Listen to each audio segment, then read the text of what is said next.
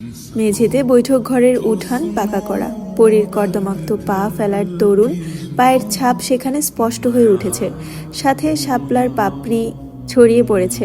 নাইম নিজের ঘরের বারান্দায় বসে বসে নিজের জুতা পরিষ্কার করছিল। আসার সময় কাদা লেগে গেছে। হঠাৎ কারো পায়ের শব্দে উঠানের দিকে তাকালো। দুজন মেয়ে দৌড়ে চলে গেল। তার মধ্যে একজনকে নাইম চেনে, সে হলো কুসুম, এই বাড়ির কাজের মেয়ে। কিন্তু দ্বিতীয় জনকে সে চিনল না। ওড়নাটা বোরখার নেকাবের ন্যায় পড়ে আছে বিধায় মুখটাও দেখতে পারল না সে। মেঝেতে তাকিয়ে এক দৃষ্টিতে পরীর পায়ের ছাপ আর শাপলার পাপড়িগুলো দেখতে লাগলো। বেশিক্ষণ স্থায়ী হলো না সেই পায়ের ছাপ, বৃষ্টির পানিতে ধুয়ে মুছে গেল। নাইম বসা থেকে উঠে দাঁড়ালো, তারপর নিজের ঘরে চলে গেল। বৈঠক ঘর পেরিয়ে মহিলা অন্দরে ঢুকতেই বৃষ্টির তোড় যেন বাড়ল। বড় উঠোন পেরিয়ে খোলা বারান্দায় আসতে আসতেই ভিজে গেল পরী। হাতের শাপলাগুলো মেঝেতে রেখে হাত পা ঝাড়ল সে। কুসুম ততক্ষণে রান্নাঘরে চলে গেছে। বাড়িতে মেহমান এসেছে, রান্না করতে হবে তো। ভেজা জামা কাপড় ছাড়বে বলে পরী আবার দৌড় দিল। ধূপধাপ শব্দ এলো পরীর পায়ের, কিন্তু পরক্ষণই থেমে গেল সে। নিজের ঘরে অচেনা গন্ধ পেয়ে রুমি বিছানায় গায়ে এলিয়ে দিয়ে ঘুমিয়ে পড়েছে। পালক আর মিষ্টি ব্যাগ খুলে কিছু খোঁজায় ব্যস্ত। কারো আগমনের আভাসে দুজনেই ঘাড় ঘুরিয়ে তাকালো। পরীকে দেখে চিনল না ওরা। পরী নিজ কক্ষে প্রবেশ করতে করতে বলল, কারা আপনারা? আমার ঘরে কি করেন? ওরা দুজনেই থতমত খেয়ে গেল। কার ঘরে মালা ওদের রেখে গিয়েছে তা ওরা জানে না। যেখানে ওদের থাকতে দেওয়া হয়েছে ওরা সেখানেই থাকছে। পরী আরেকটু কাছে এসে দাঁড়িয়ে আবার একই প্রশ্ন করতেই মিষ্টি জবাব দিল, আমরা শহর থেকে এসেছি। এই গ্রামের জমিদারের গিন্নি মানে মালা বেগম আমাদের এই ঘরে থাকতে বলেছেন। সঙ্গে সঙ্গে পরীর রাগ আসমান ছুঁয়ে গেল। যেখানে নিজের জিনিসপত্রে কারো হস্তক্ষেপ সে পছন্দ করে না, সেখানে একই ঘরে এই মেয়েদের নিয়ে সে থাকবে কিভাবে?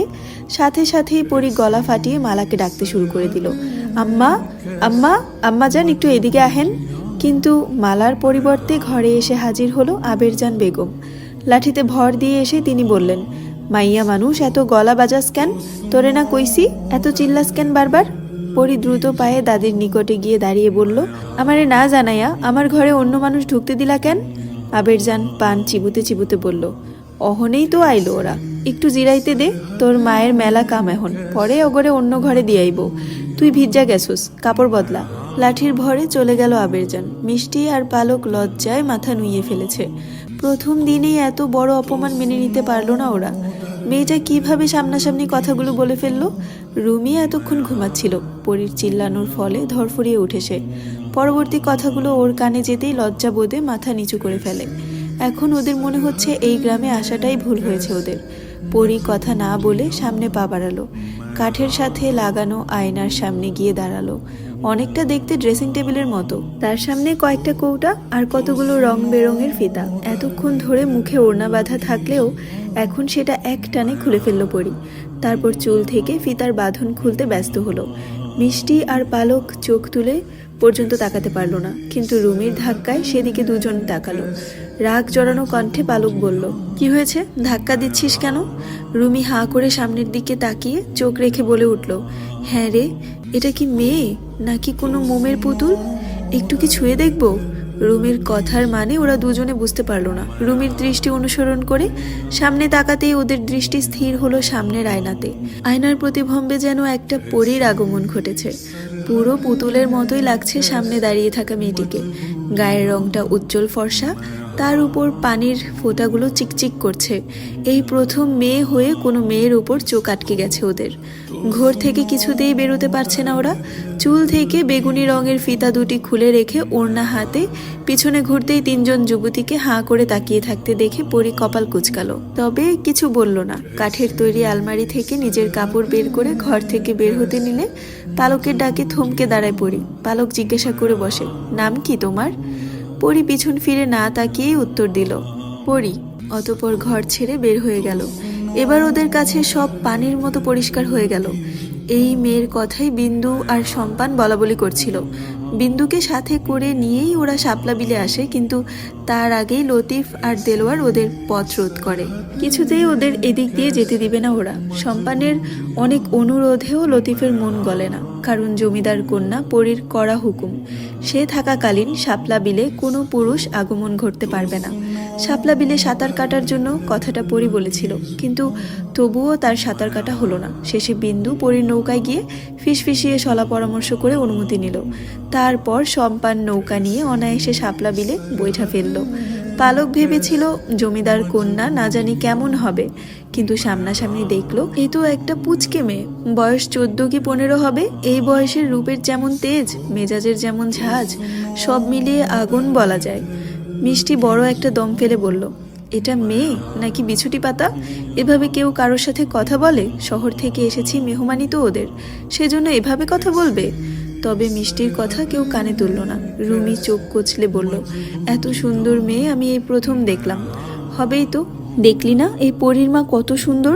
যৌবনকালে ওই মহিলা ও তার মেয়ের মতোই রূপ ছিল, মায়ের মতোই হয়েছে মেয়েটা। পালকের কথায় রুমি খাট থেকে নেমে এসে ওকে জড়িয়ে ধরে বলল, ছেলে হলে এই মেয়েটাকে এক্ষুনি বিয়ে করে ফেলতাম। হাসলো পালক, তোর মতো সাধারণ মেডিকেল স্টুডেন্টের কাছে জমিদার তার মেয়ে বিয়ে দিত বুঝি? জমিদার রাজকুমার রাজা হওয়ার একটা সুবিধা আছে জানিস, রাজ্যের সবচেয়ে সুন্দরী রমণী তাদের জন্য বরাদ্দ থাকে। পালক আর রুমির দুষ্টুমি পছন্দ হলো না মিষ্টির। মেয়েটার নাম মিষ্টি, কিন্তু কথায় ঝাল মেশানো থাকে সবসময়। মূল কথা হলো পরীর সৌন্দর্য ওর পছন্দ হয়নি। ওরাও সুন্দর, ফর্সা গায়ের রং, কিন্তু পরীর মতো অত নয়। দুপুরে খাওয়ার ডাক পড়তেই সবাই একসাথে খেয়ে নিল, কিন্তু খাওয়ার সময় ওরা পরীকে দেখতে পেল না। ছেলেদের আগে খেতে দেওয়া হলো এবং মেয়েদের পরে। খাওয়া শেষ করে কিছুক্ষণ বিশ্রাম নিয়ে বের হলো ওরা। ঘাটে ওদের জন্য নৌকা বাঁধাই আছে। কাগজপত্র নিয়ে দ্রুত নৌকায় চেপে বসে সবাই। এখন ওরা গ্রামের আশ্রয় কেন্দ্রে যাবে। সেখানে শতাধিক মানুষ আছে, অর্ধেকের বেশি অসুস্থ। সেখান থেকে ওরা জমিদারের বাগান বাড়িতে যাবে, সেটিও বর্তমানে আশ্রয় কেন্দ্রে পরিণত করেছে আফতাব। নৌকায় বসে পালক আর রুমি ফিসফিস করে বলছে আর হাসছে। ওদের কাণ্ড দেখে নাইম জিজ্ঞাসা করলো, কিরে তোরা নিজেদের মধ্যে কি বলছিস? আমাদেরকেও বল শুনি। শেখর তাতে তাল মিলিয়ে বলল, বোধহয় বিয়ের পর হানিমুনে বাচ্চা কাচ্চার প্ল্যান করছে। বলতে বলতে হাসলো শেখর। পালক শেখরের বাহুতে ধাক্কা দিয়ে বলল, জি না মশাই, আমরা জমিদারের মেয়ে পরীর কথা বলছি। জানিস মেয়েটি দেখতে খুব সুন্দর, একদম পুতুলের মতো। নাম পরী, আর দেখতেও পরীর থেকে কম নয়। আমি কখনো রাজকন্যা দেখিনি, কিন্তু রাজকন্যারা বোধহয় এই পরীর মতোই দেখতেই হয়। কৌতূহল হয়ে পালকের কথা শুনতে লাগলো শেখর আর নাইম। সাথে আসিফও ছিল, তবে পুরোপুরি হয়তো কথাটা বিশ্বাস হলো না ওদের। আসিফ ব্যঙ্গাত্মক সুরে বলল, ফাজলামো করছিস? গ্রামে এরকম নোংরা পরিবেশে এত সুন্দর মেয়ে? ধমকে উঠল রুমি। চুপ থাক, একটা মেয়ে কখনোই আরেকটা মেয়ের রূপের বর্ণনা দেয় না, দিতে চায় না, কিন্তু আমি না দিয়েও পারছি না। আসলেই মেয়েটা খুব সুন্দর। নাইম ওদের সবার দিকে তাকিয়ে বলল, তাহলে তো দেখতে হচ্ছে মেয়েটাকে। দেখি কেমন সুন্দর, তা দেখবি কিভাবে? অন্দরমহলে তো পুরুষ ঢুকতে দেওয়া হয় না। রুমির দিকে তাকিয়ে কপাল কুচকালো নাইম। সত্যিই তো, তাহলে কি পরীকে দেখা হবে না? যদি পরী বাইরে আসে তাহলে দেখব। পালক ভেঙচি কাটলো। নাইমের দিকে তাকিয়ে বলল, অত সোজা না বাবু, ওই মেয়ে বাইরে বের হয় কিভাবে দেখনি? আজকে শাপলা বিলে তো নৌকায় ওই পরীই ছিল। বাবা, কত জোর করে আমরা আসতে পারলাম। নাইমের মুখে চিন্তার রেশ দেখা গেল। পালক আর রুমি যেভাবে মেয়েটার বর্ণনা দিল, একবার না দেখা পর্যন্ত ও ক্ষান্ত হবে না। শেখর দুষ্ট হাসি দিয়ে বলল, তাহলে আমরা রাতে চুরি করে অন্দরমহলে ঢুকবো, কি বলিস তোরা? আমি কিন্তু পরীকে না দেখে শহরে ফিরছি না। শেখরের কথায় সবাই হাসলো, শুধু মিষ্টি বাদে। ও ছইয়ের বাইরে বের হয়ে চারপাশ দেখছে। নাইম শেখরের কথা ভেবে দেখলো মন্দ না। সে বলল, তাহলে আজ রাতেই মিশনে নেমে পড়া যাক, কি বল? হ্যালো, আসসালামু আলাইকুম এভরিওয়ান, আমি জান্নাত রহমান আপনাদেরকে পরিযান গল্পের 3য় পর্ব পড়ে শোনাচ্ছি, যেটা লেখিকা হচ্ছে ইশিতা রহমান সঞ্জিদা। আমার কণ্ঠে গল্পটি ভালো লাগলে অবশ্যই আমার চ্যানেলটি সাবস্ক্রাইব করে রাখবেন এবং ফলো দিয়ে পাশে থাকবেন। আল্লাহ হাফেজ।